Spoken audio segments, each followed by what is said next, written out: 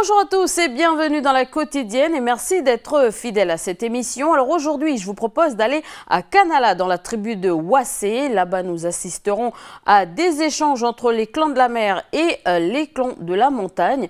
Donc Duke Menango a assisté à ces échanges pour nous. On en parle dans notre rubrique C'est bien de chez nous. Ensuite, direction Nouville à Nouméa. Là-bas, donc, nous assisterons à un atelier où l'on apprend aux bébés donc de communiquer avec les gestes avant de parler. Donc nous verrons tout ça avec Marie-Hélène dans notre rubrique Job et éducation. Et enfin, nous allons voir comment détecter la leptospirose en laboratoire, mais on en parle avec Anna Chiran dans notre rubrique On s'occupe de vous pour leur retrouvant notre invité du jour.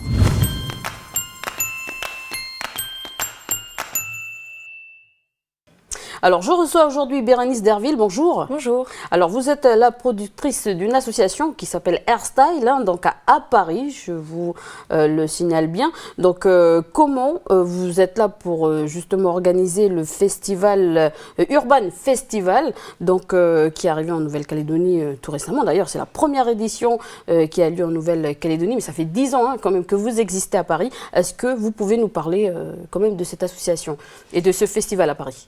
Alors, Hairstyle, c'est une association qui a été créée il y a 15 ans à Paris, dans le quartier de Riquet, Stalingrad, dans le 19e, et qui fait la promotion des cultures urbaines locales au départ. Et donc, voilà, le but, c'est toujours, en fait, de faire des ateliers pour les enfants. On est en partenariat avec le 104, c'est un centre culturel à Paris, dans le 19e aussi. On organise des concours, des championnats de Yamakasi. D'accord. Enfin voilà, plein de choses autour des cultures urbaines et de la culture hip-hop. Alors comme je l'ai dit, c'est la première édition en Nouvelle-Calédonie, mais ça fait 10 ans que ça existe à Paris. Comment c'est arrivé au pays ? Alors, du coup, c'est arrivé grâce à l'initiative de Sébastien Pidra, notre correspondant local, qui a rencontré François en 2012. Et voilà, le but, c'était de faire la promotion des cultures urbaines locales, donc de créer des passerelles entre la Nouvelle-Calédonie et la France. Alors, pour notre téléspectateur, la culture urbaine, c'est quoi ? Question simple. Alors, les cultures urbaines, en fait, c'est tout ce qui se passe dans la ville. D'accord. C'est le mouvement hip-hop en particulier, donc tout ce qui est breakdance, le hip-hop, le beatbox, le skate. Et les cultures urbaines, ça englobe tout, c'est un mouvement général. Donc, et ça comprend le sport, les chasses urbaines, le golf, tout ce qui se passe en fait dans la rue et toutes les activités qui tirent leur énergie de la rue. Alors, ce n'est pas que de la danse, on met également en valeur les talents de réalisateurs. Oui, c'est ça. En fait, c'est un festival de cinéma qui met en valeur les réalisateurs pour faire la promotion des cultures urbaines, enfin voilà, toujours au niveau local et favoriser en fait les jeunes réalisateurs. D'accord. Alors quand ce festival, il a été effectué le 1er et le 2 novembre, mais un appel avait été lancé donc pour une sélection vidéo par justement Sébastien et Simane, c'est ça Voilà, c'est ça. Ça a été lancé au mois d'août.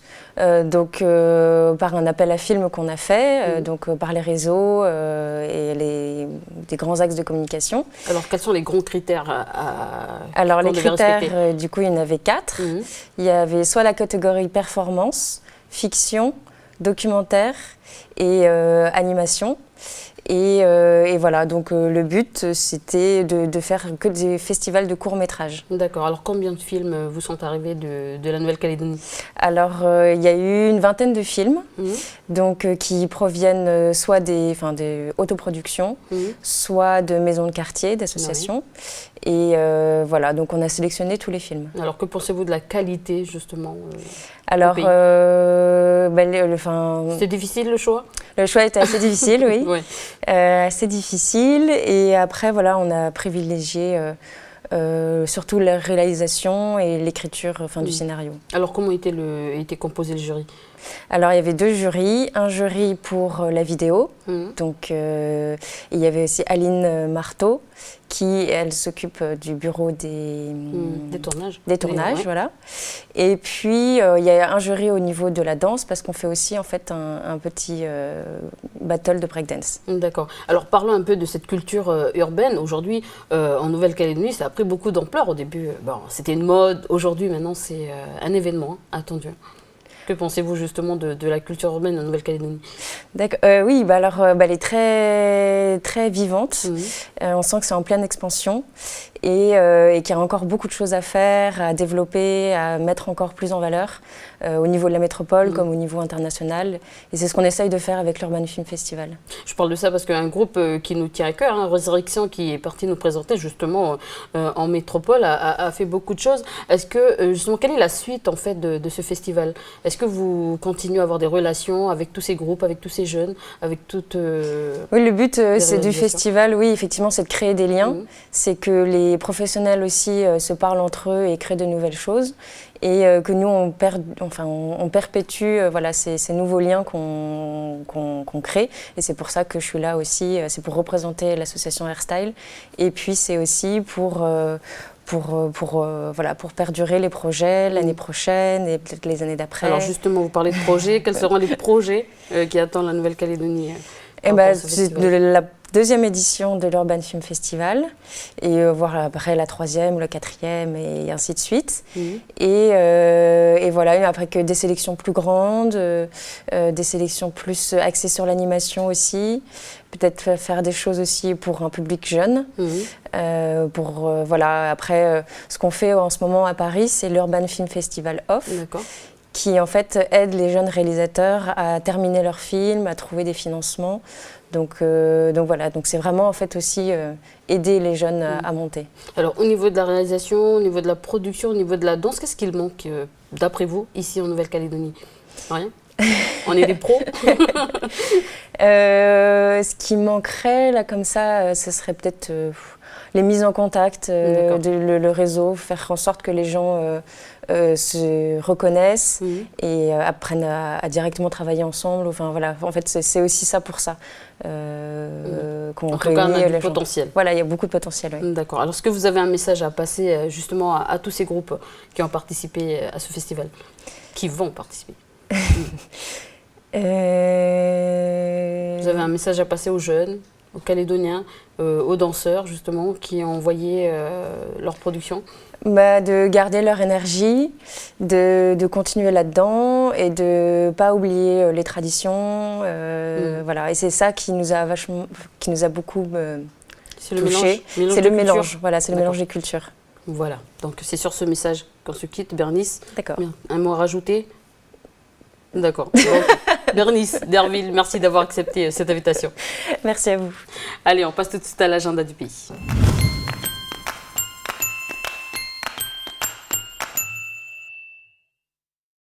Salut Davina. Salut Elise et bonjour à vous à la maison, j'espère que tout le monde va bien. Ça va, j'espère que vous aussi vous allez très bien. Hein. J'espère aussi. On est là pour écouter tous les rendez-vous qu'elle a nous donnés aujourd'hui. Oui, j'en ai plein encore, comme d'habitude. Donc on commence tout de suite en allant du côté de Touo. Là-bas, il y aura ce week-end la fête de l'art culinaire. Donc ça se passera sur le site du marché communal le samedi 15 novembre. Sont invitées toutes les ethnies de Touo avec leurs spécialités à présenter un peu aux autres. Hein, voilà. C'est organisé par le service d'animation de Touo en partenariat avec l'association Initiative et Animation de Touo. Voilà, pour ceux qui sont dans les parages, n'hésitez pas. D'accord, alors là je sens qu'il y aura de bons plans, alors n'hésitez pas à y aller. Et on poursuit donc avec une information qui concerne la commune de Koné. C'est ça, Elise. En fait, ça concerne la décentralisation du Gypsy Jazz Festival. D'accord. Il y aura notamment Richard Bonnat qui sera en concert donc à partir de 20h le mercredi 19 novembre du côté de l'auditorium du complexe culturel de Koné.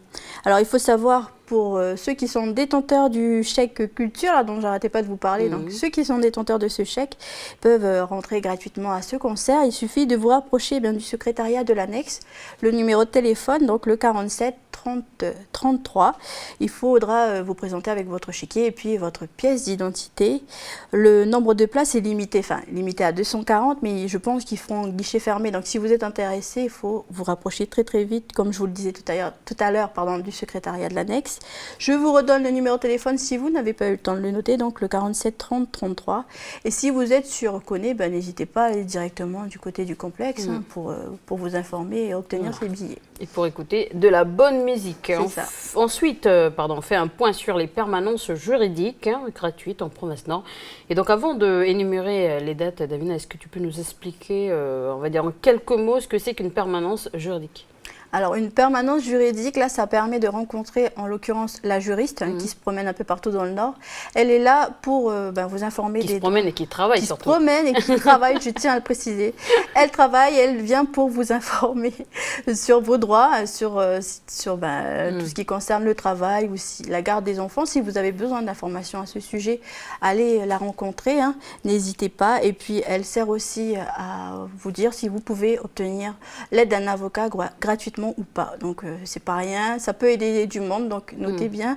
Elle passera un peu partout, on va commencer d'ailleurs avec les dates. Elle passera le lundi 24 novembre du côté de Poindimier à l'annexe de la province Nord.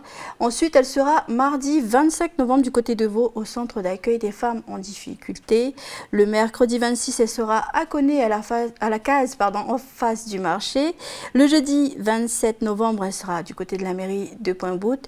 Et enfin le vendredi 28 novembre, elle sera à Canala au dispensaire. Et pour toutes ces dates, c'est toujours les mêmes horaires, de 8h à midi. Voilà, donc n'hésitez pas, j'espère que vous avez bien noté les dates et puis n'hésitez pas.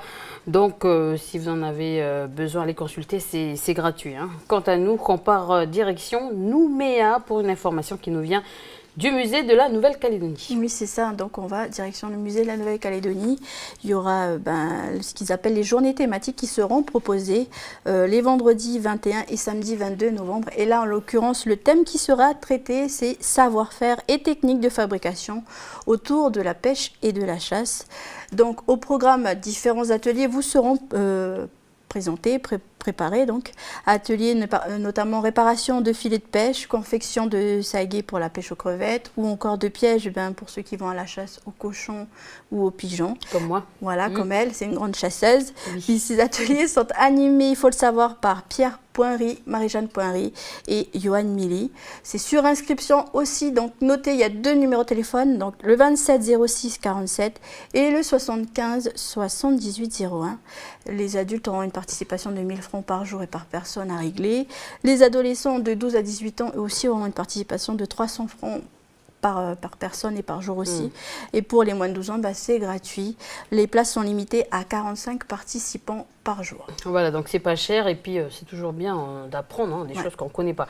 Et pour finir cet agenda, on va à Thio. C'est ça. Pour la suite et pour la fin de cet agenda, direction Thio, où il y aura ce week-end la fête de la musique et des associations organisée par le comité d'animation de Thio. Ça se passera le samedi 15 novembre sur le site de la foire à Thio Mission.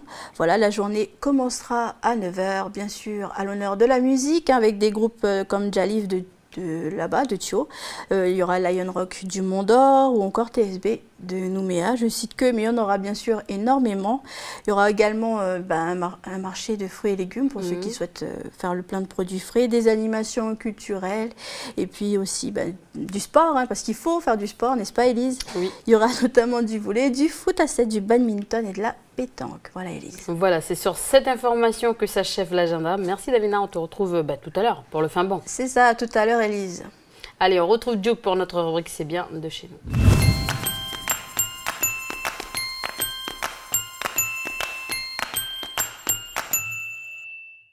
Bonjour Duke, alors aujourd'hui on va parler des échanges au temps de nos vieux, donc des échanges par exemple qui faisaient entre les clans de la mer et les clans de la montagne. Et justement aujourd'hui tu nous emmènes à Canala. C'est ça Elisa. Pour commencer on peut dire que le pays Kharatchou, la Canala, tout ça, ils ont joué et continuent à jouer un rôle important dans l'histoire du pays. Oui. C'était vrai bien avant l'arrivée des Européens, tout ça, et puis après, en parlant des Européens, on peut citer par exemple Tardy de Moravel, qui voulait faire de Canala la capitale du pays. Au départ, enfin, juste avant ça, c'était Napoléonville, je crois, le nom de Kanala. Et puis voilà, parmi toutes les tribus de Kanala, il y en a une qui s'appelle Wassé. Et puis Wassé aussi a joué un rôle très important dans l'histoire de Kanala, l'histoire du pays en général, Elise. Alors Wassé, donc c'est une tribu des plus isolées de Kanala, et c'est vrai qu'elle est chargée d'histoire. Par exemple, parce que là-bas, en 1894, c'est là que l'évangile est arrivé. C'est vrai, Elise, on va dire que en 1894, c'est un vieux Diaï, le vieux Mathaya, le vieux Mathaya Diaï qui est arrivé dans la baie de Wassé. Il est venu en fait partager un peu la parole de Dieu, partager la parole qui va éclairer un peu toute la côte est et puis tout l'ensemble du pays, quoi, on va dire ça comme ça. Et puis voilà, pour la petite histoire, en fait, les vieux nous disent que le vieux Mathaya, quand il est arrivé avec sa pirogue, avec son bateau, il ne pouvait pas s'introduire, ne pouvait pas pénétrer dans la baie de Wassé, parce que cette baie-là, à l'époque, elle était, d'ailleurs elle est toujours, on dit qu'elle était protégée par une espèce de barrière, une espèce de filet que les vieux avaient mis pour se protéger, quoi. Un filet, on va dire que c'est pas un filet magique, mais un filet que les vieux avaient mis, quoi, on se comprend. Oui, on se comprend. Et puis voilà, en fait, les vieux nous disent que quand il est arrivé devant cette baie-là, en fait, c'est une grosse vague qui a porté le vieux avec sa pirogue, avec son petit bateau, l'a porté, l'a transporté jusqu'à la plage de Souara. Et puis c'est à Souara que les vieux de Wassé sont arrivés pour accueillir ce vieux, le vieux Mathaya Diaï. Voilà un peu pour la petite histoire de l'arrivée de la parole là-bas vers Wassé, Elise. C'est bien vers Souara justement qu'on retrouve des pétroglyphes assez particuliers. Hein. Oui, en fait, il y en a un peu partout, à Bogota, à Wassé, tout ça. Et puis à Souara, il y a des pétroglyphes qui sortent un petit peu du lot. En fait, on a des vieux rochers qui sont gravés à l'image de tortues, de requins, de poissons. Et puis ces pétroglyphes-là, ils sont à découvert qu'à marée basse, voilà. À marée haute, ils sont sous l'eau, et à marée basse, on peut les voir quelques instants, quoi. Et puis voilà, ces pétroglyphes, ça témoigne un peu. En fait, c'est comme des monuments un peu que les vieux ont érigés, les vieux, et puis la nature aussi. Il y a des cailloux, tout ça, qui sont là depuis avant, qui témoignent un peu du fait que voilà, l'histoire du pays, c'est une histoire importante pour l'ensemble de l'humanité. Et puis voilà ce qu'on fait. Alors justement, Dieu, avant que le vieux Mathaya ne vienne, on va dire, éclairer Wassé et le pays tout entier par la parole de Dieu, il y avait des pratiques, des rituels que les vieux maintenant ont cessé avec la force des choses. Hein. Oui, Elise, c'était vrai pour Négoné aussi, le pays Maré, avant 1841, quand Tatayo et Taniela sont arrivés. Les vieux avaient des pratiques, tout ça, qui ont cessé un petit peu après.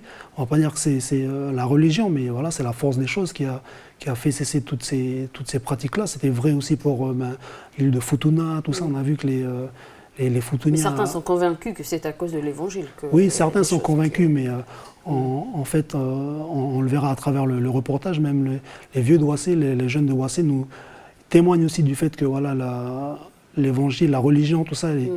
Ils sont arrivés, c'est surtout la parole qui est arrivée ici au pays, est arrivée pour éclairer notre peuple, éclairer les pratiques qui étaient déjà, que nos vies avaient déjà mises en place à l'époque. Et puis voilà, le reportage qui va suivre, il témoigne du fait que Dieu, il était déjà là bien avant l'arrivée des religions.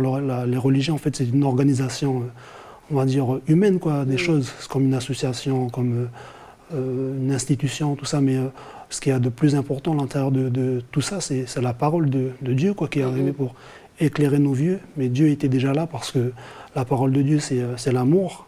Et puis, on n'a pas attendu la Bible pour partager l'amour ici au pays.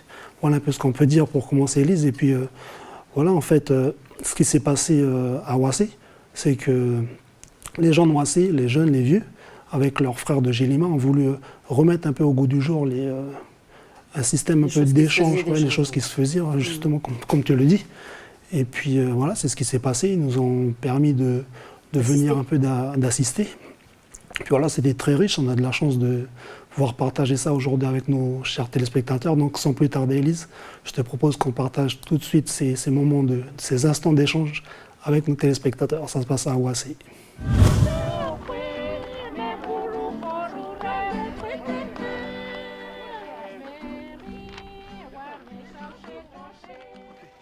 On va expliquer un peu le déroulement de la cérémonie qui va se faire là, avec tous les frères et toute la famille qui viennent de Jilima. Là.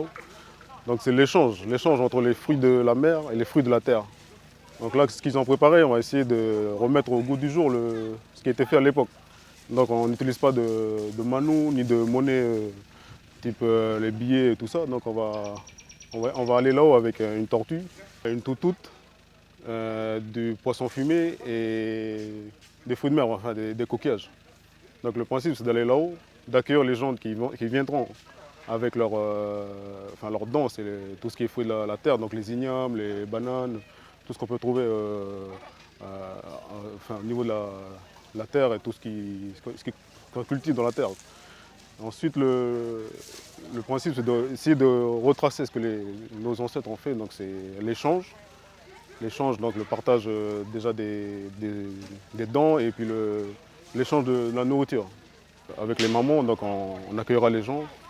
On essaiera de reproduire aussi les cairns. Donc les cairns, c'est les petits tas de cailloux que les vieux faisaient à l'époque.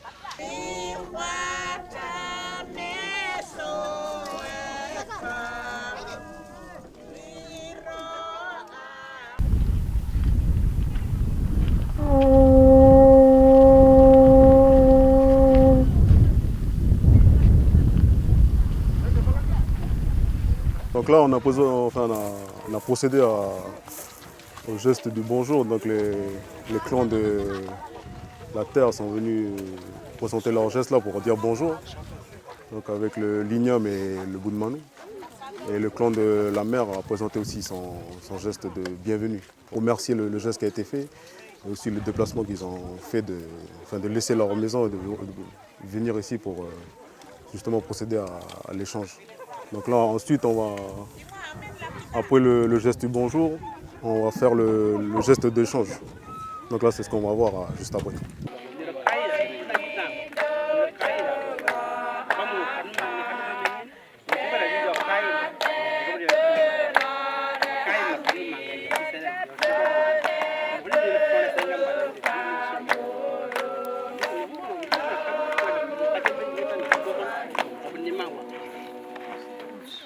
Les clans de la terre et les clans de la mer ont procédé à l'échange en essayant de reproduire ce qui s'était fait avant. Donc on a pu voir les clans représentant les gens de Jilima. Donc Jilima, les gens qui viennent de Jilima, c'est là, on a Mia là-haut, et Jilima c'est tout le bas là. Donc dans le temps, en empruntant les sentiers que les vieux avaient tracés depuis longtemps, donc normalement ils venaient à la rencontre des gens de bord de mer. Donc ils ont essayé de faire à peu près la même chose aujourd'hui. Il n'y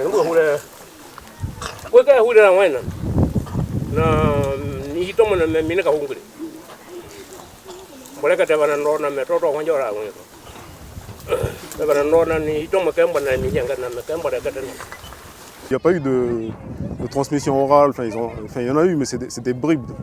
Donc ils ont essayé de refaire aujourd'hui par rapport en se basant sur ce qu'ils ont entendu. Donc le vieux il s'est excusé, donc il s'est abaissé et puis en disant qu'il faisait ça, mais qu'il avait un peu, il n'était pas sûr, il n'était pas rassuré parce qu'il a entendu les choses, mais que même nous les jeunes, enfin eux, leur génération, eux, ne connaissaient pas l'histoire complète. Pas qui a parlé, pareil. Il a dit la même chose, il a remercié le geste et puis il a dit la même chose que voilà, les vieux l'ont inculqué un peu les histoires. Mais eux aussi ne se sentaient pas rassurés parce qu'ils n'étaient pas sûrs de ce qu'on faisait aujourd'hui. Mais voilà, ils disaient que c'était l'occasion aujourd'hui de réunir aussi les enfants, de profiter comme ils sont en vacances, pour pouvoir aussi leur faire rappeler aussi cette histoire. Le panneau qu'ils ont découvert, c'est pour marquer l'endroit où les échanges se faisaient. Donc Oudjana, ça veut dire l'endroit où on fait l'échange. Sur ce site-là, on voit les tas de pierres comme ça. Et nous, on supposait que c'est les vieux, enfin nos ancêtres, au moment de leur échange, pour attendre leurs frères qui venaient, ils faisaient des tas de pierres pour marquer aussi l'endroit où ils ont fait les échanges. Donc chacun a amené la pierre et puis les archéologues, en faisant les recherches, ils ont trouvé aussi qu'il y avait des coquillages sous le tas de pierres. Donc c'est pour ça qu'ils ont voulu reproduire un peu la même chose ici, avec les coquillages à l'intérieur et le tas de pierres autour. Donc voilà, c'est ce qu'ils ont voulu marquer encore les échanges qu'il y avait à l'époque et essayer de faire la même chose pour marquer aussi la date d'aujourd'hui par rapport à la fête du patrimoine.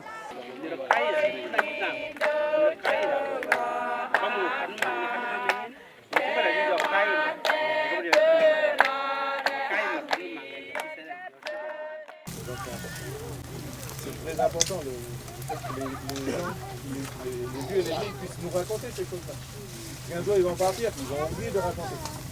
Donc raconter aujourd'hui, c'est très important. Merci beaucoup. Notre intervention, elle émane de la province Nord, qui nous a demandé, en discussion avec les gens de Ouassé, d'intervenir et de pouvoir faire un inventaire archéologique des zones qui ont été réservées justement à un projet de classement de sites de tradition kanak sur la zone de Kanala. Donc nos travaux, ils ont débuté cette année, en tout cas les travaux de terrain. Dans une des zones d'intervention, on a identifié environ 690 cairns de taille, de diamètre différents. L'intérêt de l'archéologie, c'est de pouvoir identifier en surface la présence de cairns, le nombre de cairns, identifier la taille et les diamètres qu'on a en surface. Quand on a des coquillages qui sont présents, parce qu'on en a beaucoup dans certains cairns, notamment ceux de grande taille, ce qui est intéressant pour nous, archéologues, c'est qu'on va pouvoir faire des prélèvements sur ces coquillages pour envoyer dans des laboratoires en Océanie, notamment celui de Waikato en Nouvelle-Zélande, pour pouvoir obtenir des datations. Les coquillages vont nous renvoyer une information sur une période estimée d'occupation du site.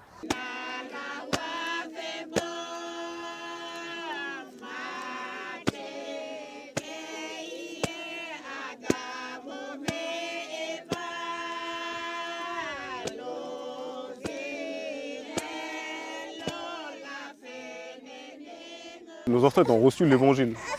Donc le principe de l'évangile, c'est que quand tu as la foi, tu ne consacres ta vie qu'à la foi. Donc tu laisses tout ce qui est à côté, tout ce qui est coutume, tout ce qu'on avait l'habitude de faire. Donc c'est pour ça qu'ils ont, petit à petit, ils sont amenés à arrêter l'échange qui a eu lieu avec les gens les clans de la terre. Donc c'est juste ça, par rapport à l'arrivée de l'évangile et la foi qu'ils avaient, tous nos ancêtres. L'autre grand frère, il a rappelé aussi que c'est vrai que les échanges ont été arrêtés, c'était par rapport à l'arrivée de l'évangile. Mais ce qu'il a voulu dire aussi, c'était de dire que l'évangile n'a pas cassé les choses. L'évangile a éclairé les choses et les échanges se sont continués après. Mais après, voilà, les choses, avec l'évolution qui est arrivée et tout ça, donc les choses se sont estampées un tout petit peu. Parce que c'est vrai que les vieux qui avaient reçu l'évangile, c'était des personnes qui ne pratiquaient que l'évangile, leur foi était grande.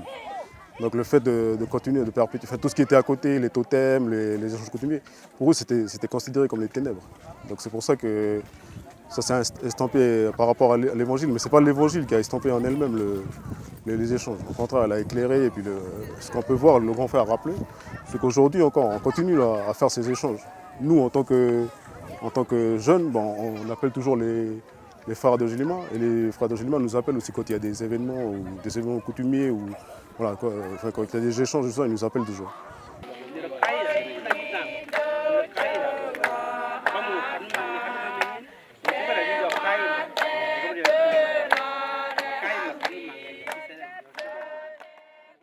Alors, comme on voit dans le reportage, il y a beaucoup de jeunes, Duke. C'est vrai, il y a beaucoup de jeunes. Alors d'ailleurs, on le souligne, le grand frère, là, il le souligne dans son TV, là, dans son interview. Il dit que voilà, les vieux ont profité du fait que ce soit les vacances, parce qu'ils tenaient à cœur ça leur tenait à cœur de léguer, de partager un peu cette histoire-là avec les plus jeunes, du coup. Voilà. Et puis, ce qui avait d'assez impressionnant, c'est que quand on est arrivé le matin vers Ouassé, en fait, là tu disais que Ouassé c'était une des tribus les plus isolées, c'est pas faux. Et puis, le seul moyen, la seule route pour y parvenir, en fait, c'est La route de la mine. la route de la mine. Oui, Alors, je suis voilà, déjà allée. quand il pleut un petit peu, tout ça, c'est très la glissant. boue. La route, elle est très dangereuse. Il y a eu pas mal d'accidents depuis. Et puis voilà, sinon, il faut passer par la mer, mais c'est assez loin, quoi. Oui.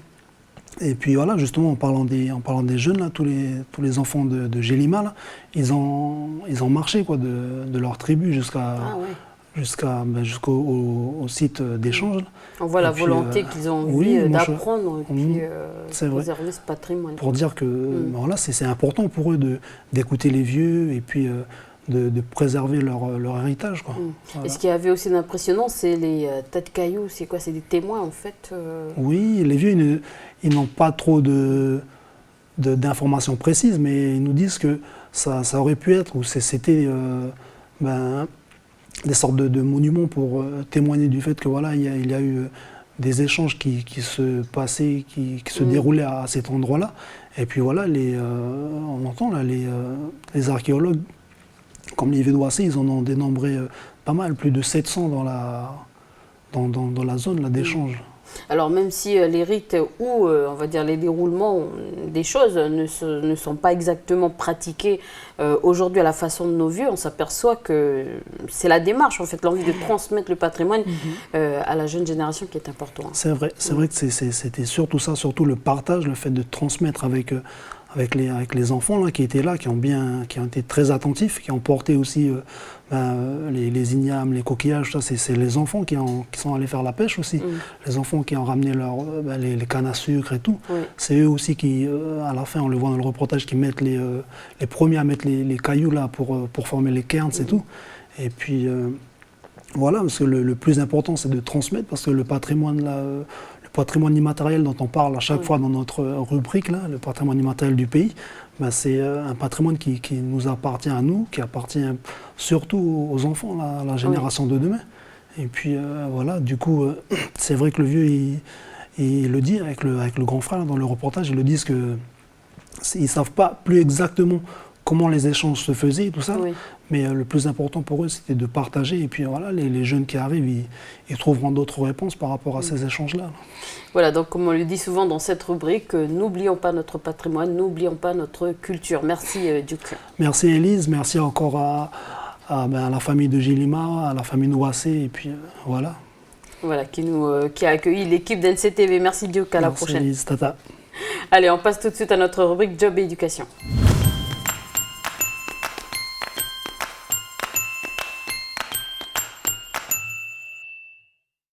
Alors, on connaît les bébés nageurs, les bébés lecteurs et maintenant, il y a aussi les bébés signeurs. Donc, des bébés qui signent, c'est un peu étrange. Hein. J'espère que vous pensez la même chose que moi. Alors, est-ce que cela a un rapport avec les signes que font les personnes sourdes et malentendantes? Eh bien, c'est une question qu'on va poser aujourd'hui à Marie-Hélène. Bonjour. Bonjour Élise, comment ça va aujourd'hui? Ça va et toi? Ça va pas mal. Bonjour à vous, fidèles téléspectateurs. Donc, c'est vrai que moi aussi, comme toi Élise, j'étais très surprise d'entendre qu'on pouvait effectivement avoir des bébés signeurs. Je me suis dit, mais quelle drôle d'idée, franchement. Surtout qu'en fait, l'atelier qui est proposé concerne les enfants, les bébés qui entendent. Donc, il n'y a pas de problème de surdité. Donc là, tu parles d'une méthode de communication, c'est ça? Exactement, c'est un mode de communication, si tu veux, qui existe et qui permet justement aux enfants, aux bébés qui entendent, de se familiariser en fait avec la langue des signes. D'accord, alors qu'est-ce que le bébé apprend justement à faire alors qu'il n'a que quelques mois? En fait, si tu veux, il va apprendre à faire des signes pour dire ce qu'il a envie, pour préciser ses besoins. Et la base, si tu veux, de ces gestes-là, en fait, est exactement la même que celle qui est utilisée pour la langue des signes pour les personnes sourdes ou malentendantes. Alors, justement, comment les spécialistes sont arrivés à dire que les langues de signes ont un intérêt pour les bébés qui entendent? En fait, tout a commencé, si tu veux, aux États-Unis, dans les années en fait 80. Toujours eux qui trouvent les... Tout part souvent de chez eux. Des États-Unis. C'est vrai. Bon. Donc cet étudiant, si tu veux, qui entendait parfaitement, qui s'appelle Joseph Garcia, en fait, il a remarqué un jour que des enfants, si tu veux, communiquaient avec des signes, alors que leurs parents étaient sourds. Donc il s'est dit, tiens, il y a quelque chose là qui est très intéressant, je vais creuser le sujet. Du coup, il l'a fait et il en a écrit une thèse. D'accord. Voilà. Et qu'est-ce qui se passe ensuite? Eh ben, figure-toi que les recherches ne s'arrêtent pas là.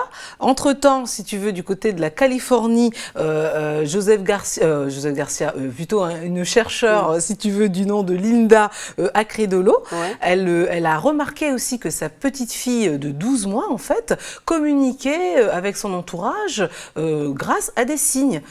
Donc elle s'est dit, attends, il faut que je creuse encore cette observation, que j'aille plus loin. Donc avec une de ses collègues, elles ont travaillé, si tu veux, sur la question, elles ont émis des hypothèses et à la finale, elles ont obtenu des résultats, Élise. En tout cas, on peut dire que c'est impressionnant, comme quoi l'être humain possède, on va dire, une faculté incroyable, la faculté incroyable à s'adapter à son environnement. Et comme on dit, on l'a dit souvent, à développer justement les sens peut-être qu'il ne savait pas, finalement. Qu'il n'utilisait pas au départ. C'est vrai, comme cette jeune enfant de seulement 12 mois qui invente carrément une méthode de communication par le biais des signes, alors qu'elle l'a apprise nulle part. C'est quand même assez surprenant. Donc, du coup, si tu veux, la suite de cette étude donne les résultats suivants. C'est-à-dire qu'elle remarque, les chercheurs, que les enfants, en fait, signeurs, donc qui font des signes, qui communiquent par le biais des signes, et bien, en fait, développent certaines capacités. Il développe des capacités en fait en communication, il développe des capacités, si tu veux, au niveau du raisonnement et puis au niveau aussi de la perception. Et puis apparemment, ils sont même plus doués pour coordonner en fait les mouvements. Et suite à tous ces résultats-là, est né, si tu veux, carrément un programme, Élise, que l'on appelle Baby Sign en anglais. Et voilà, c'est donc un langage, une langue des signes pour les bébés, qui prend sa source sur la langue des signes qu'on utilise pour les personnes sourdes ou malentendantes. D'accord. Alors concrètement, est-ce qu'il y a un intérêt à communiquer avec justement avec des signes et avec son bébé qui entend? En fait, si tu veux, moi je te propose qu'on regarde tout de suite le reportage. On va voir effectivement. On va comprendre. On aura peut-être un élément de réponse, en tout cas, à ta question, Élise. On va regarder de suite le reportage d'Alexandre Sigura. Il s'est rendu du côté de Nouville et a assisté à un atelier bébé signe pour les bébés qui entendent. Alors, ça va?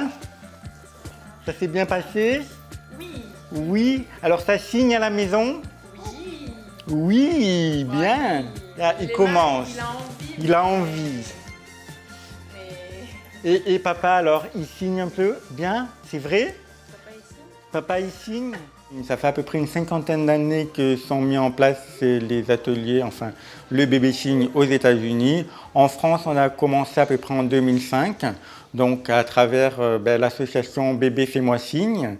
Et donc ici en Nouvelle-Calédonie, c'est une première en fait, on a mis ça en place cette année, c'est tout nouveau. Alors le concept il est simple, c'est de communiquer avec les signes de la langue des signes, accompagné de la parole, pour que les enfants, les petits-enfants et les bébés qui n'ont pas encore acquis la parole et pas eu en pleine mutation des cordes vocales, puissent s'exprimer de façon à éviter donc tout simplement les peurs et les frustrations qu'on peut trouver dans la vie quotidienne avec un bébé.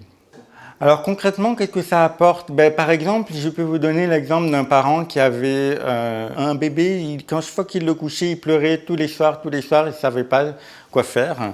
Et en fait, à travers les ateliers bébé signes, le bébé a commencé à s'exprimer en signes et un soir, il a fait juste ça. Donc les parents, ils ont tout de suite compris, il leur a apporté à boire, il a apporté de l'eau et depuis, il a fait ses nuits. Donc ça peut complètement changer une vie. Dans les ateliers, on utilise les signes de la langue des signes. Mais bien sûr, par exemple, quand on fait voiture en langue des signes, on a une configuration qui est un peu difficile.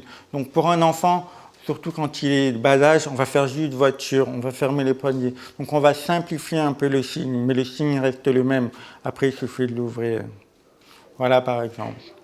Je suis là aujourd'hui pour un atelier bébé signe parce que j'ai un petit garçon de 1 an et un petit garçon de 6 ans et que on apprend le langage des signes pour l'utiliser tous les jours à la maison.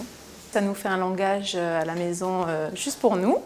C'est comme des codes secrets et puis une ouverture sur le monde aussi parce qu'aujourd'hui on se rend compte qu'on peut communiquer avec plein de monde, y compris avec le monde des sourds. Donc voilà, et puis une belle fierté je pense, puis on apprend plein de choses. C'est une nouvelle langue. Alors moi, je suis formateur de langue des signes à l'origine, donc je suis sourd. Je suis le premier, pas le premier sourd à faire des ateliers bébé signe, enfin si, à chanter aussi.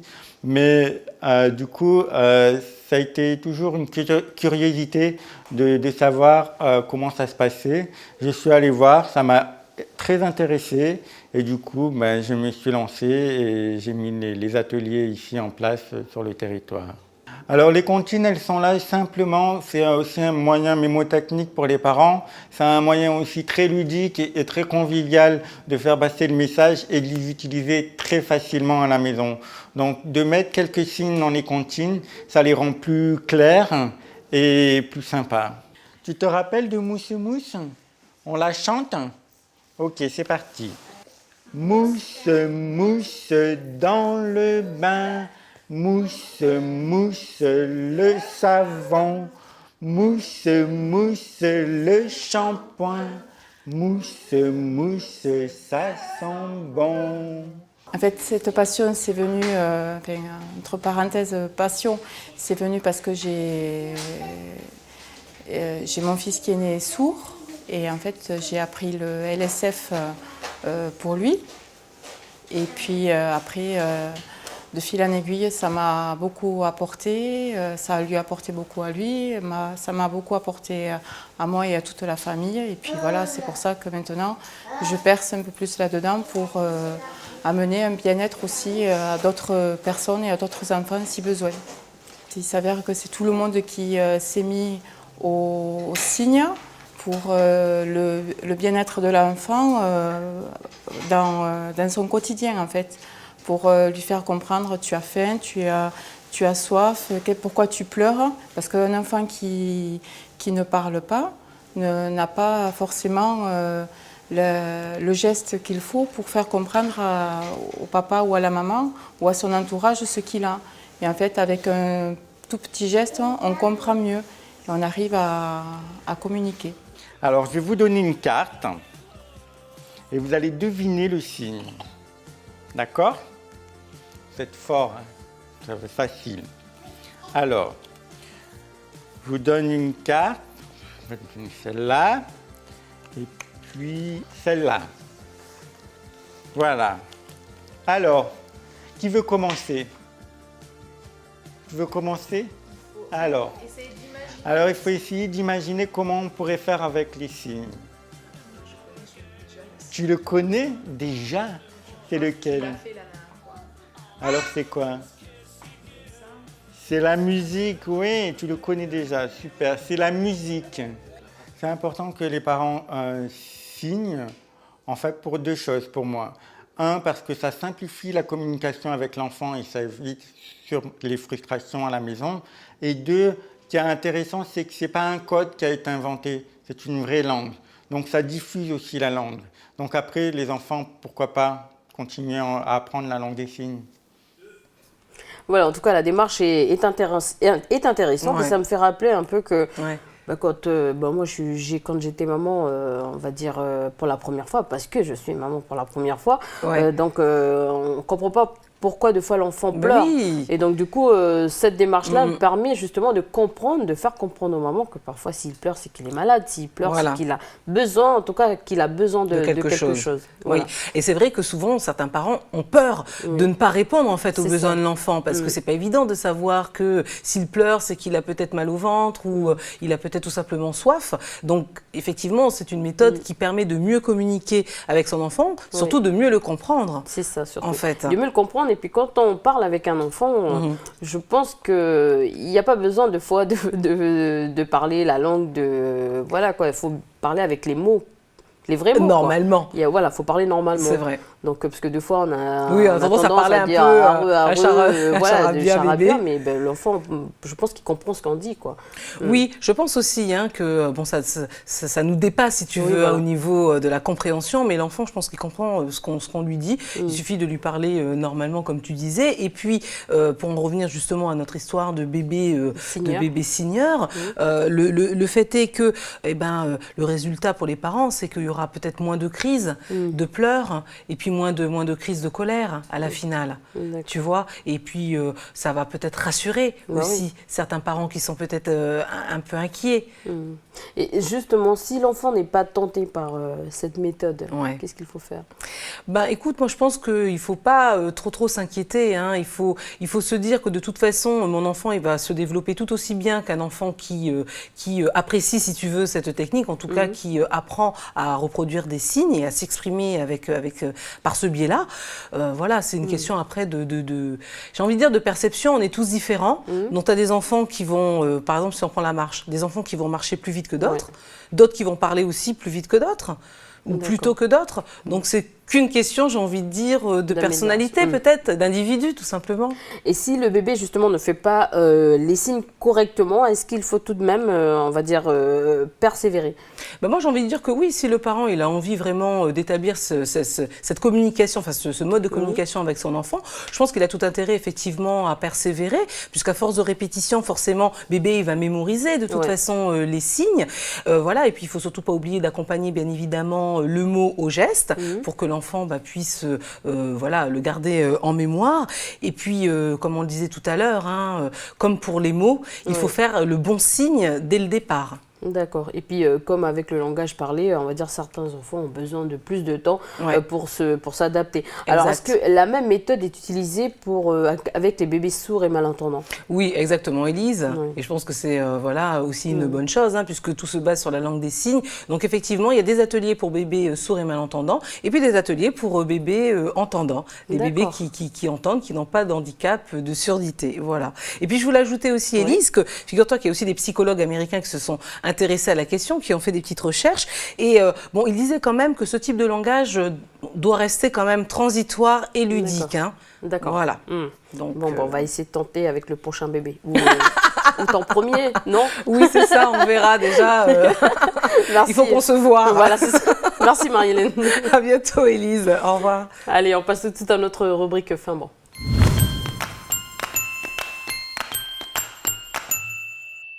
Alors Davina, on te retrouve pour la rubrique fin bon. Alors qu'est-ce que tu nous sers aujourd'hui sur la table de NCTV? Alors aujourd'hui, je te propose qu'on s'intéresse à un poisson. Donc ce poisson, en l'occurrence, c'est un poisson qui est très très apprécié chez nous. Je veux bien sûr parler du dawa national. Donc pour ceux qui ne connaîtraient pas encore ce poisson, eh bien sachez que de son nom scientifique, il s'appelle Naso unicornus. Il est d'une couleur vert olive clair, un peu là, qui veut aller jusqu'au gris jaune, et parfois il a des bandes sur les côtés. Il est reconnaissable bien sûr à sa corne ou à sa bosse qui sort du front là, mais bien sûr elle dépasse jamais sa bouche. Si elle dépasse sa bouche, c'est que vraiment il y a un petit problème quelque part. Donc voilà. Et puis qu'est-ce qu'on peut dire d'autre? Il peut avoir, comme le poisson chirurgien, deux lames sur sa queue qui peuvent faire très très mal, d'ailleurs, il faut faire attention. Et il peut atteindre une taille qui va de 50 à 70 cm. Alors ça, c'était sa petite présentation générale, mais parle-nous un peu de ce poisson. Que mange-t-il? C'est un poisson qui vit en groupe, par exemple? Eh bien alors déjà, il faut savoir que le dawa est herbivore. Élise, il ne se nourrit essentiellement que d'algues qui poussent sur les récifs. Et puis pour ce qui concerne sa sociabilisation, on va dire, eh bien le jeune dawa, celui qui fait moins de 10 cm, lui, il a l'habitude de vivre un peu tout seul. Après, au fur et à mesure du temps, quand ils deviennent un peu plus gros, là, ils vivent un peu plus en groupe. C'est peut-être aussi à cause de la reproduction, ils ont besoin de s'accoupler, donc ils commencent à traîner un petit peu plus en groupe. Et justement, en parlant de reproduction, le dawa est capable de se reproduire quand il aura atteint une taille moyenne de 35 cm. Et il va se rassembler en petits groupes pour pondre, notamment. Pourquoi je te parle en centimètres depuis tout à l'heure, Ali? Je vois que tu me parles en centimètres. Nous, on grandit grâce à l'âge, mais là... Non, mais parce qu'en fait, en ce qui concerne le dawa, on n'a pas encore de notion de son âge, tout ça.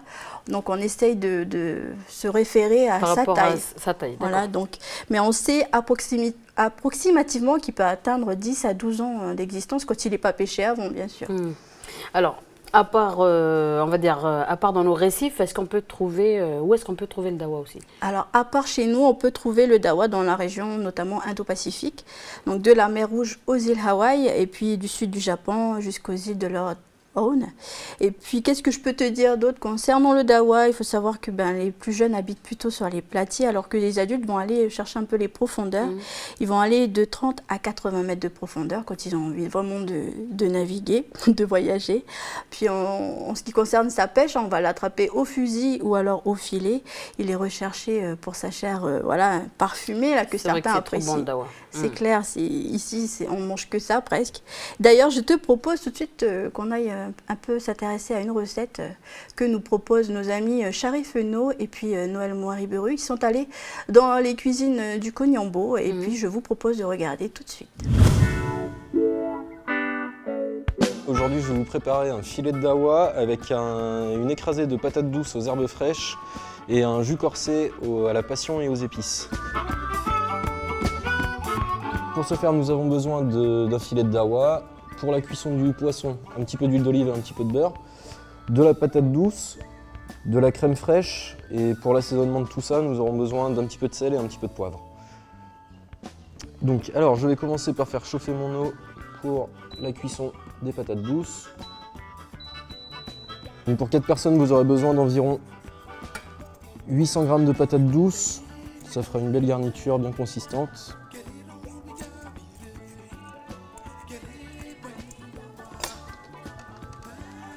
Alors je vais couper les patates douces en gros morceaux. Ce sera juste pour accélérer un petit peu la cuisson à l'eau. Ensuite pour la sauce, nous avons besoin d'un peu de curcuma, du gingembre et de la cardamome, du poivron, purée de passion, maïzena et bouillon de volaille.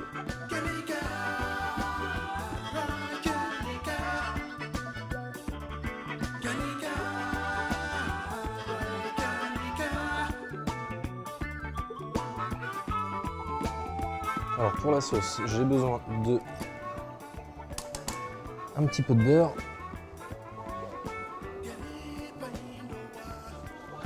je vais commencer par couper mon poivron grossièrement. Le poivron, ce sera juste pour infuser, donc il va juste me donner un petit peu plus de goût à ma préparation et ça se marie très bien avec le poisson, donc vraiment des gros morceaux.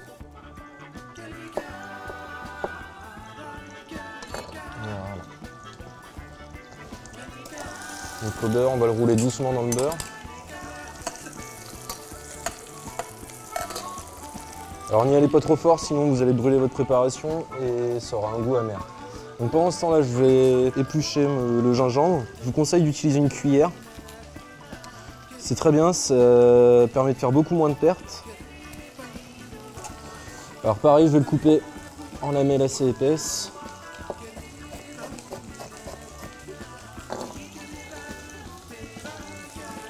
Et je vais ajouter également le poivron. Ensuite, je vais ajouter mes graines de cardamome verte, donc que je vais écraser avec la pointe du couteau. Ça va leur permettre de délivrer un petit peu plus d'arôme. Voilà. J'ajoute également au poivron et au gingembre.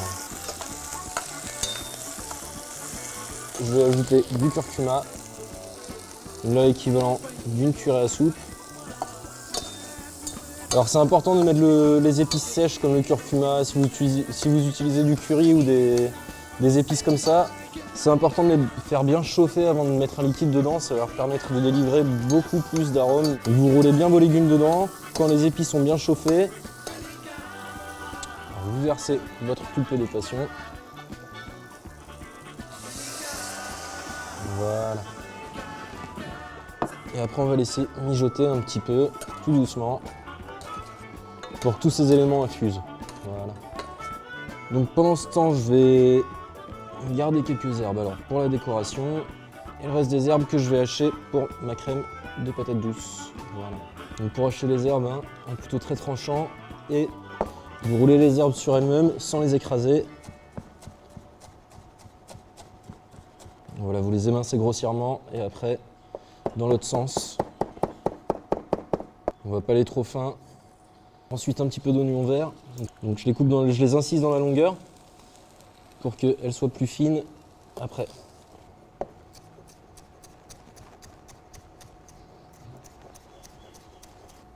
Donc je vais les garder de côté pour tout à l'heure.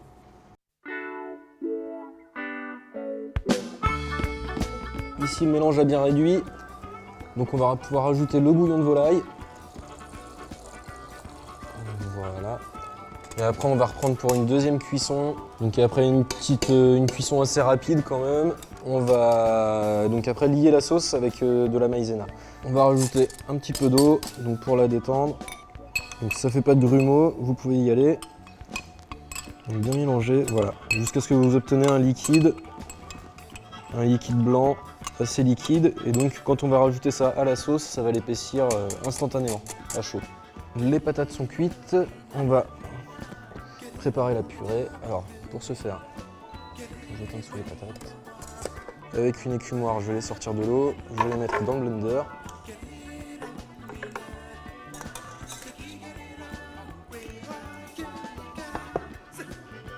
Alors ensuite, je vais faire chauffer ma crème fraîche avec le beurre. Donc pour l'instant, je vais rajouter le poivre sur les patates. Donc le poivre, vous pouvez y aller assez généreusement. Et encore un petit peu de sel.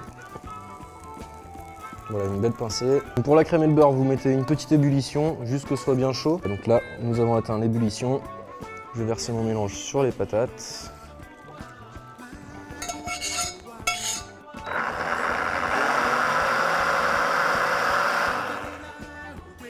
Voilà, donc là, la purée est assez lisse. Je vais la mettre dans la casserole. Et ensuite, donc, je vais rajouter mes herbes.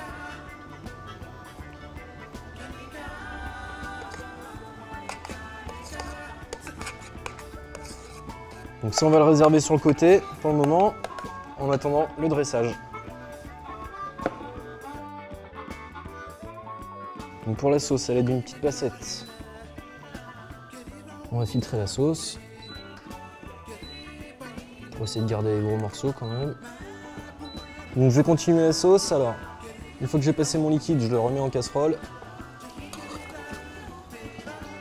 Et là, donc, on va passer à la liaison. Donc, avec un fouet et la maïzena. Donc je redonne une ébullition au liquide. Ce sera très rapide vu qu'il a été chaud. Et donc là, je vais ajouter la maïzena tout doucement. Et donc, on peut voir que la texture est devenue un peu sirupeuse. Voilà. Pour la cuisson du poisson, nous aurons besoin d'une poêle que j'ai été chercher. Voilà. Donc nous allons la mettre à chauffer. On va ajouter environ 2 cuillères à soupe d'huile d'olive et une cuillère à soupe de beurre. Ça devrait faire l'affaire. Voilà. Pendant que notre mélange chauffe doucement, je vais assaisonner donc, le poisson de chaque côté. Donc on va passer à la cuisson. On dépose le poisson dans les matières grasses. Donc on va bien le saisir côté peau. Comme ça, on va lui stopper la cuisson à peu près dès qu'il sera coloré côté peau. Pour l'inciser et ça va nous servir pour le dressage en fait. Vu que je vais le diviser en plusieurs morceaux. Donc là je vais le sortir directement. L'intérêt de le colorer côté peau, c'est que les nerfs du poisson se trouvent côté peau et donc ils ont tendance à se rétracter pendant la cuisson. Donc là, vu que j'ai déjà chauffé côté peau, les nerfs normalement ne bougeront plus. Voilà, je vais le couper en 4 et là on va continuer la cuisson directement sur l'autre face.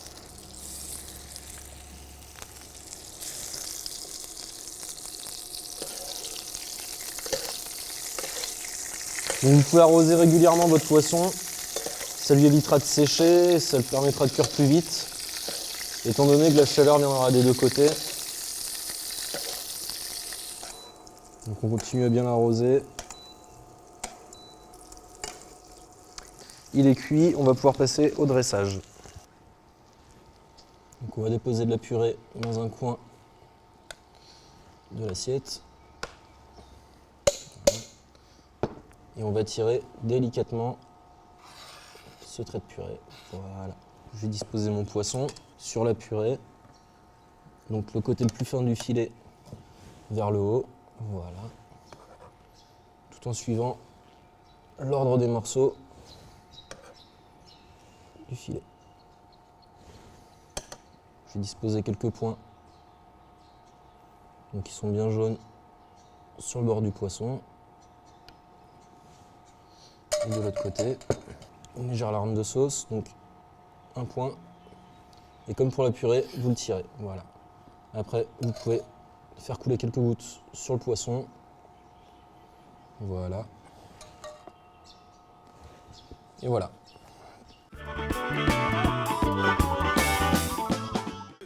Voilà, chers amis téléspectateurs, c'est une recette qui diffère un peu de peut-être ce que vous avez l'habitude de préparer à la maison, mais qui sait, peut-être que vous allez l'ajouter à vos livres de cuisine, hein, pourquoi Voilà, pas. vos petites recettes. Et puis, c'est vrai que nous, ici, on a l'habitude de le faire au four avec une bonne mayonnaise fait maison, là, ou encore en papillote, et bien sûr encore en beignet.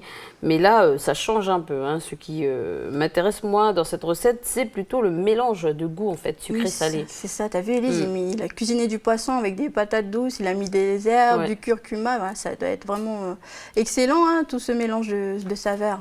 Tiens, d'ailleurs, est-ce que tu peux nous parler un peu du curcuma? Parce qu'on entend beaucoup parler de ce fameux curcuma, mais on ne le connaît pas forcément. Alors, le curcuma, Élise, c'est une plante herbacée vivace qui nous vient du sud de l'Asie.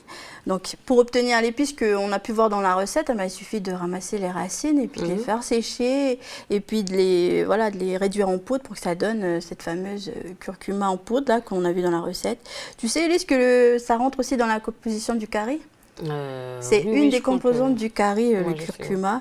Et puis d'ailleurs, en Asie, ils ont compris depuis longtemps que si tu ajoutes du curcuma aux aliments, ça permet de conserver à la fois leur fraîcheur, mais aussi leur saveur et puis leur valeur nutritive aussi. Alors, comment peut-on utiliser justement ce curcuma en cuisine et dans quel plat? Alors, déjà, il faut savoir que comme c'est une épice qui a un parfum assez léger, tu peux t'en servir dans les mayonnaises, dans les œufs brouillés, dans les sauces à base de crème, dans le riz aussi par exemple, les pommes de terre, les lentilles. Ou encore, autre idée, si vous préférez manger des salades, il fait chaud en ce moment, n'hésitez pas à en rajouter, saupoudrer vos légumes ou votre vinaigrette avec. Il s'associe très bien aussi avec le basilic, le chou-fleur, comme je vous disais tout à l'heure, les lentilles, mais aussi les haricots, avec le poulet aussi, le poisson, les moules. On peut tout faire quoi avec le curcuma. Voilà, presque tout, Élise. Il suffit juste de bien savoir l'utiliser, de le saupoudrer, etc. Et pour terminer, en termes de quantité, est-ce que tu peux nous dire, on va dire en mesure, pour qu'on se fasse une idée? Alors, une idée de quantité par plat, je te conseille, si tu es par exemple 2 personnes, une cuillère à café, c'est suffisant. Il faut attendre la fin de la cuisson de vos plats et ajouter, saupoudrer cette cuillère de curcuma. Ça va rehausser un peu le goût. N'hésitez pas aussi, si vous êtes amateur de thé, si vous avez la racine du curcuma, rajoutez-le avec du poivre dans vos thés. Ça rehausse, ça donne du goût et puis ça permet d'apprécier autrement son thé. Et dernière petite instruction, attention, ça tache le linge, évitez le blanc si vous cuisinez le curcuma parce que ça tache et puis c'est dur de le faire partir après. Voilà, donc mettez plutôt un linge orange. Voilà, ça va pas changer. Non, je plaisante. Merci Davina. Merci Élise, au revoir tout le monde. Allez, on passe tout de suite à notre rubrique, on s'occupe de vous.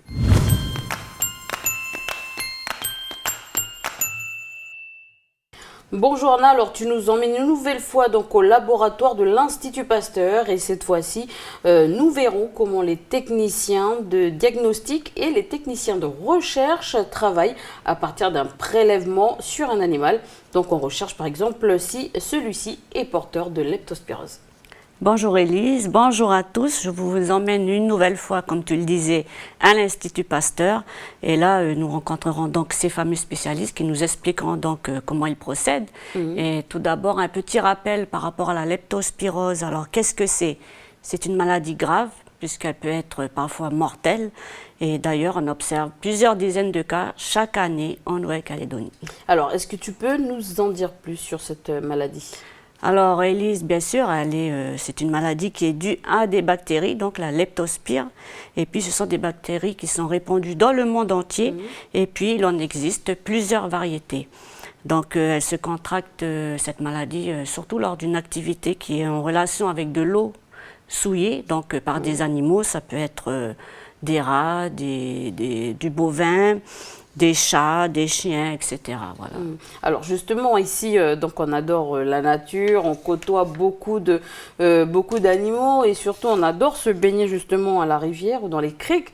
Comment on peut savoir si on a été contaminé? Est-ce qu'il y a des signes? Alors c'est vrai, et puis surtout que là, on rentre dans l'été, donc ça va être la saison où on va aller se baigner le plus souvent à la rivière. Alors il y a des signes donc, qui peuvent alerter. Alors ce sont des signes qui apparaissent 1 à 2 semaines en moyenne, donc après la contamination.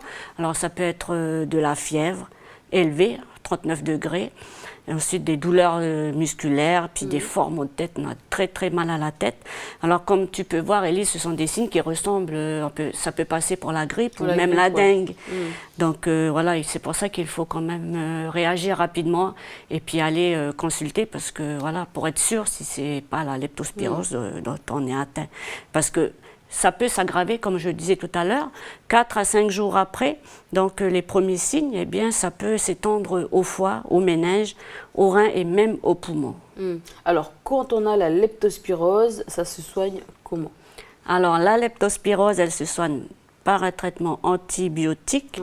Et puis, si ça évolue plus gravement, eh bien là, on se fait hospitaliser. D'où l'importance, je rappelle encore une fois, de consulter rapidement. Bon, ben, je vais essayer de faire plus attention cette fois-ci, donc surtout en plein air. Et puis comme ici, hein, tu sais très bien, on adore marcher pieds nus, donc... c'est vrai. Voilà quoi. Donc on va essayer de faire attention. Maintenant, mais plutôt des bottes, Élise. Oui, voilà, je vais m'acheter des bottes. Voilà, il vaut mieux prévenir que guérir, comme on dit. Et puis, heureusement hein, qu'il y a tous ces spécialistes-là qu'on a vus, qu'on va voir dans le reportage, qui travaillent d'arrache-pied pour justement établir des diagnostics, pour savoir si on a été contaminé par quel type de bactéries, si on a eu des comportements à risque, par exemple. Et puis, on peut espérer que peut-être un jour, il y aura un vaccin. Oui, ben, on espère aussi. Et en puis, tout cas, tu nous emmènes justement en direction au labo. Hein. Oui, voilà, si tu veux bien, on va arrêter de parler. On va regarder ce reportage d'Alexandre Sigura.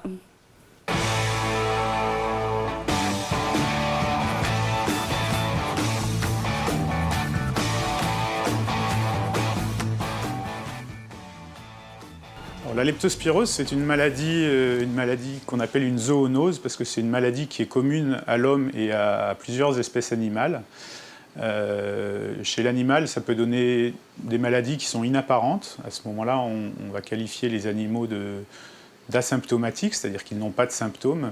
Et certains de ces animaux vont héberger des leptospires, donc les bactéries responsables de la leptospirose, dans leurs reins et excréter des leptospires dans leurs urines pendant plusieurs mois, plusieurs années, parfois toute leur vie.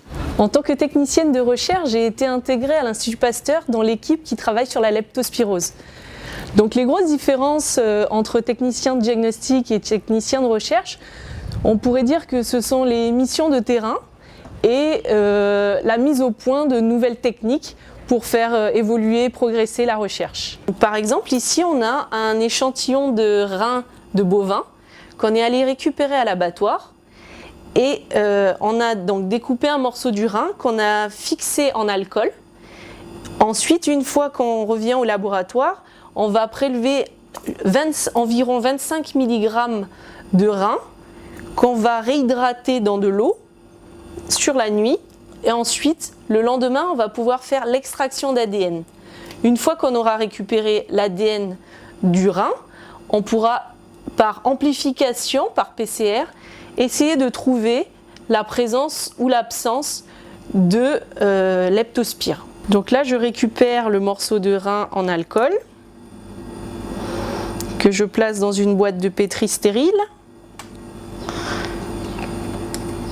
et je vais réaliser la découpe d'un petit morceau d'environ 25 mg.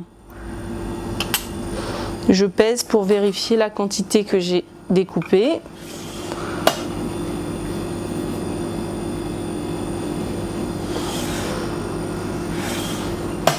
On est à 23 mg. Et ensuite, je vais ajouter 1 ml d'eau pour que l'alcool contenu dans le rein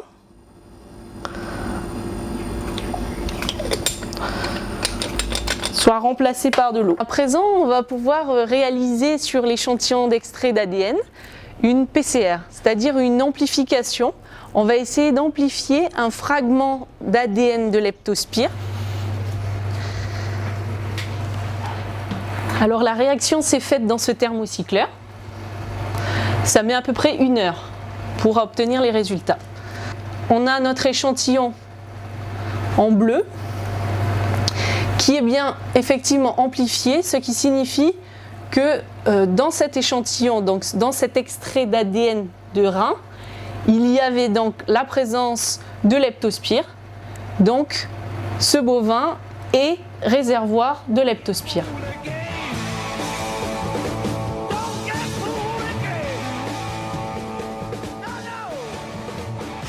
Voilà, en tout cas, c'est très impressionnant, hein, toutes ces manipulations, et c'est très rigoureux aussi comme travail.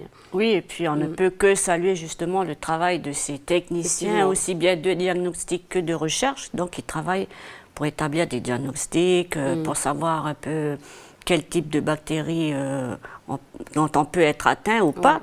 Et puis, c'est grâce à ça qu'on pourra proposer un traitement après pour se soigner. Et puis, rappelons encore une fois, consulter dès le moindre doute afin d'établir justement un diagnostic rapidement et pouvoir vous soigner plus efficacement. Alors, Anna, est-ce que tu peux nous rappeler les horaires d'ouverture du labo? Alors, l'Institut Pasteur, j'avais donné une fois les horaires, mais on les redonne une nouvelle fois. Répéter, hein. Alors, du lundi au vendredi, de 6h30 à 17h, c'est ouvert en continu. Et puis, on rappelle que les biologistes, ils sont assistés d'une équipe d'infirmières qui réalise les prélèvements. Alors, pour les prélèvements de sang, ça se passe de 6h30 à 15h. Pour ceux de bactériologie, de 8h à 17h. Et puis, un petit rappel encore à nos téléspectateurs. Lorsqu'on vous demande de venir à jeun, eh bien, il faut savoir que vous ne pouvez absorber dans les 12 heures avant le prélèvement. Donc, vous ne pouvez boire que de l'eau, du café ou du thé, mais sans sucre et sans lait. Voilà. Et puis, à noter encore une chose, en concernant les analyses qui sont prescrites, eh bien, toutes sont prises en charge sur place. Mais pour la réalisation de certains examens, cela est confié au laboratoire de biochimie ou au service de transfusion sanguine de l'hôpital Gaston Bourré. Et puis pour les analyses qui sont très spécialisées, qui nécessitent donc un envoi vers la France, donc elles sont envoyées hebdomadairement au laboratoire Pasteur-Cerba, donc en France, et bien sûr en respectant les conditions préanalytiques qui sont requises. Bon, ben voilà, merci Anna pour toutes ces informations et ces renseignements utiles pour nos chers téléspectateurs. On te retrouve demain pour une nouvelle rubrique. À demain tout le monde. Voilà, c'est avec cette chronique qu'on se quitte. Merci de nous avoir suivis. On se retrouve demain pour une nouvelle quotidienne. Au revoir à tous.